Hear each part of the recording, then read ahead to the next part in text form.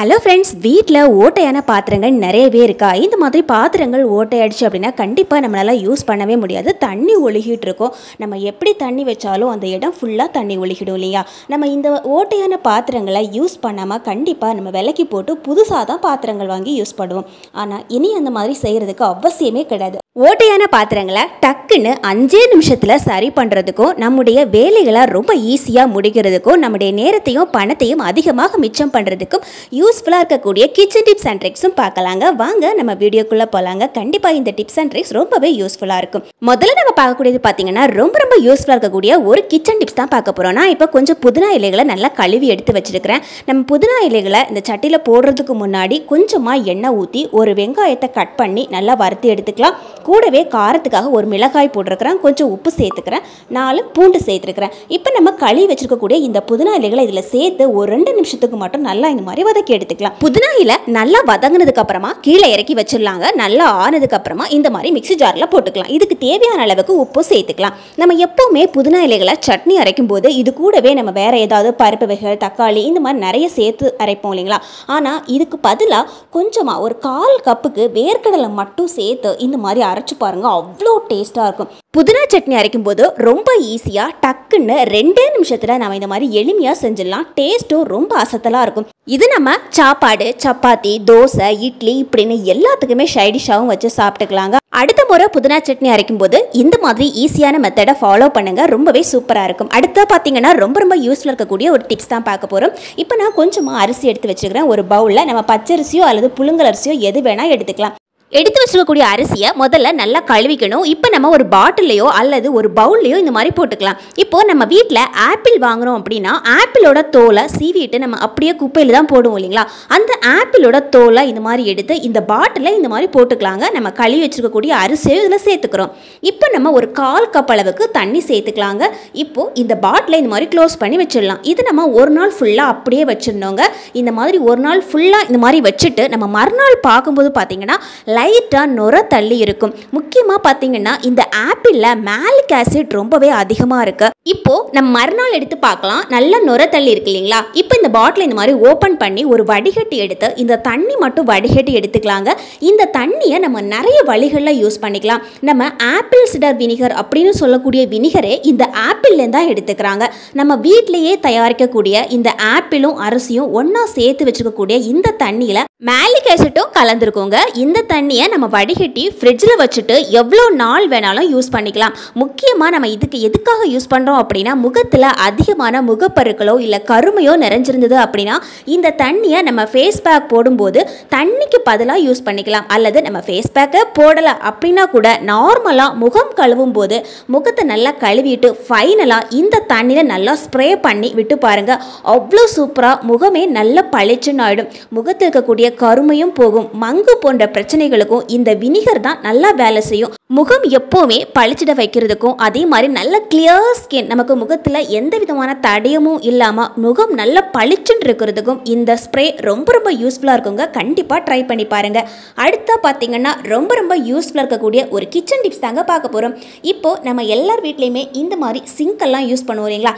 நாம் இப்போ பார்க்கக்கூடிய இந்த டிப்ஸ் சிங்கில் பொருத்திருக்கக்கூடிய இந்த பைப் பற்றின தான். இந்த பைப்பு பார்த்தீங்கன்னா தண்ணி வந்துட்டு இருக்கும். ஆனால் தண்ணி பார்த்தீங்கன்னா ஒரே இடத்துல தான் வரும். நம்ம கொஞ்சம் நகர்த்தி எடுக்கணும். நம்ம பாத்திரத்தை கொஞ்சம் மேலே வச்சுருக்கிறோம் அப்படின்னா கூட தண்ணி நமக்கு மேலே வராது. அந்த இடத்துல நம்ம சிங்குக்குள்ளே பாத்திரம் வச்சாதான் நமக்கு அந்த தண்ணியை நம்மளால் சேகரிக்க முடியும். இப்போ நம்ம ஒரு பலூன் எடுத்துக்கலாம். இந்த பலூனை கீழ் பகுதியை மட்டும் இந்த மாதிரி கட் பண்ணிட்டு மேல் பகுதியை இந்த மாதிரி அந்த பைப்பில் இந்த மாதிரி சொருகி விட்டாவே போதுங்க. தண்ணி நமக்கு எந்த இடத்துல வேணாலும் நம்ம எடுத்துக்கலாம். அப்படி இப்படி நமக்கு தண்ணி வந்து மேலே எடுக்கணும், நம்ம வந்து தண்ணியை வந்து ஒரு பாத்திரம் வச்சு மேலே வந்து தண்ணியை நிரப்படும் அப்படின்னா கூட ஈஸியாக நம்ம நிரப்பி எடுத்துக்கலாம். அது மட்டும் இல்லாமல் நம்ம சிங்கு கழுவும் போது கூட ரொம்ப யூஸ்ஃபுல்லாக இருக்கும். அடுத்தா பார்த்தீங்கன்னா ரொம்ப யூஸ்ஃபுல்லாக இருக்கக்கூடிய ஒரு டிப்ஸ் தாங்க பார்க்க போகிறோம். நம்ம எல்லார் வீட்லையுமே இருக்கக்கூடிய வாஷ் பேஷன் பற்றின தான். அதுவுமே வீட்டில் வாஷ் பேஷன் வெள்ளை கலரில் இருந்ததுன்னா இந்த வாஷ் பேஷனை நம்ம அடிக்கடி யூஸ் பண்ணும்போது அதோட நிறமே மங்கி போயிடும். இன்னும் சொல்லப்போனால் வாஷ் பேஷனை நம்ம அடிக்கடி யூஸ் பண்ணுற காரணத்தால் அதுலேருந்து ஒரு விதமான கெட்ட வாடை வர்றதுக்கும் நிறையவே சான்ஸ் இருக்கு.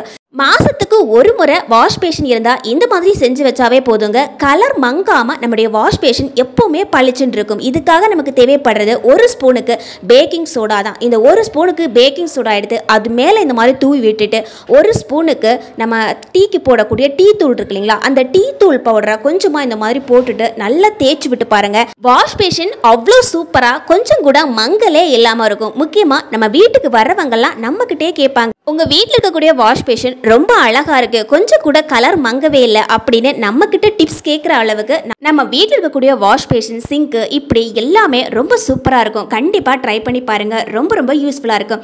அடுத்ததாக பார்த்தீங்கன்னா முக்கியமான ஒரு டிப்ஸ் தாங்க பார்க்க போகிறோம். நம்ம வீட்டில் பாத்திரங்கள் ஓட்டையாடுச்சு அப்படின்னா அந்த பாத்திரங்களை நம்ம யூஸ் பண்ணவே முடியாது. அதுலேருந்து கொஞ்சம் தண்ணி வழிஞ்சால் கூட அந்த பாத்திரத்தில் தண்ணி சூடு பண்ணவும் முடியாது. இப்போ நான் எடுத்து வச்சுருக்கக்கூடிய இந்த பாத்திரம் ஓட்டையாக தான் இருக்குது. இதில் நம்ம கொஞ்சம் தண்ணி ஊற்றி பார்க்கலாம். தண்ணி எந்த அளவுக்கு வலிதுன்னு நாமளே செக் பண்ணி பார்க்கலாம். முதல்ல கொஞ்சம் சொட்டு சொட்டா தண்ணி வந்துட்டே இருக்கும். அதுக்கப்புறம் பார்த்தீங்கன்னா கொஞ்சம் நிறையவே தண்ணி வர ஆரம்பிச்சிடும். இந்த மாதிரி ஓட்டையான பாத்திரங்களை சட்டுன்னு ஈஸியாக சரி பண்ணுறதுக்கு தான் நாம் இப்போ இந்த அடுத்த டிப்ஸ் பார்க்க போகிறோங்க. இப்போது இந்த பாத்திரத்தில் இருக்கக்கூடிய இந்த தண்ணியை எல்லாமே எடுத்துடலாங்க. இந்த தண்ணியை ஃபுல்லாக நம்ம வேற ஒரு பாத்திரத்தில் எடுத்து விட்டுட்டு இந்த பாத்திரத்தை நம்ம இப்போ எடுத்துடலாம்.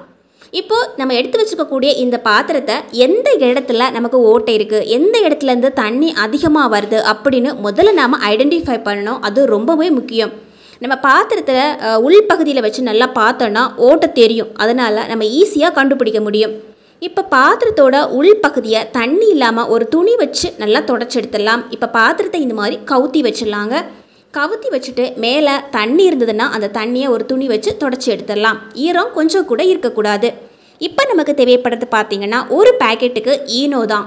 விலை ரொம்ப கம்மி தான், 5 ரூபாய் தான். எந்த பிராண்ட் வேணாலும் நம்ம யூஸ் பண்ணிக்கலாம். இந்த ஈனோவை இந்த மாதிரி ஓப்பன் பண்ணிவிட்டு எந்த இடத்துல நமக்கு ஓட்டை இருக்கோ அந்த இடத்துல இந்த மாதிரி வச்சு விட்டுக்கலாங்க. நான் வச்சுருக்கக்கூடிய இந்த பாத்திரத்தில் இந்த பகுதியில் தான் ஓட்டை இருந்தது. அதனால் இந்த இடத்துல முதல்ல கொஞ்சமாக ஈனோ இந்த மாதிரி கொட்டி வச்சாச்சு.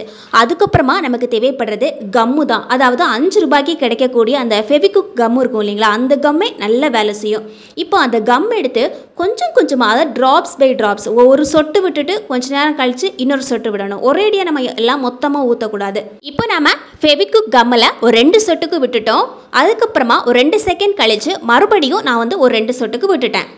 இப்போது நம்ம விடும்போது என்ன ஆகும் அப்படின்னா இந்த கம்மும் நம்ம போட்டிருக்கக்கூடிய இந்த ஈனோவும் ஒன்னோடொன்று ஜாயின் ஆகும். நம்ம பார்க்கும்போதே அது நல்லா ரியாக்ட் பண்ணுறது நமக்கே தெரியும்.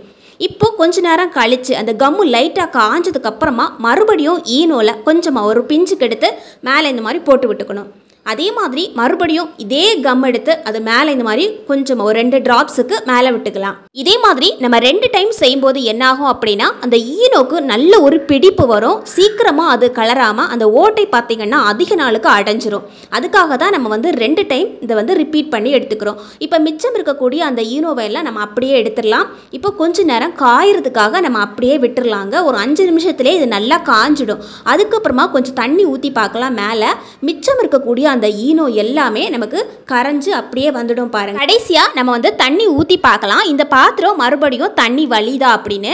நம்ம வந்து ஏன் இப்போ தண்ணி ஊற்றுறோம் அப்படின்னா நம்ம வச்சுருக்கக்கூடிய அந்த 2 பொருட்களும் சரியாக செட் ஆகிடுச்சா அப்படின்னு செக் பண்ணுறதுக்கு தான். நம்ம தண்ணி ஏதாவது ஊற்றும் போது அது கரையாமல் இருக்குது அப்படின்னா அது நல்லா செட் ஆகிடுச்சுன்னு அர்த்தம். இப்போ வந்து நல்லா காஞ்சு போயிடுச்சு. காஞ்சு போனதுக்கப்புறமா மறுபடியும் நம்ம அதே பாத்திரத்தில் தண்ணி ஊற்றி பார்க்கலாம். கொஞ்சம் கூட தண்ணி வலியவே இல்லை. இதே மாதிரி உங்கள் வீட்டில் பாத்திரம் ஓட்டை இருந்தால் கண்டிப்பாக ட்ரை பண்ணி பாருங்கள். வீடியோ பிடிச்சா லைக் பண்ணி ஷேர் பண்ணுங்கள்.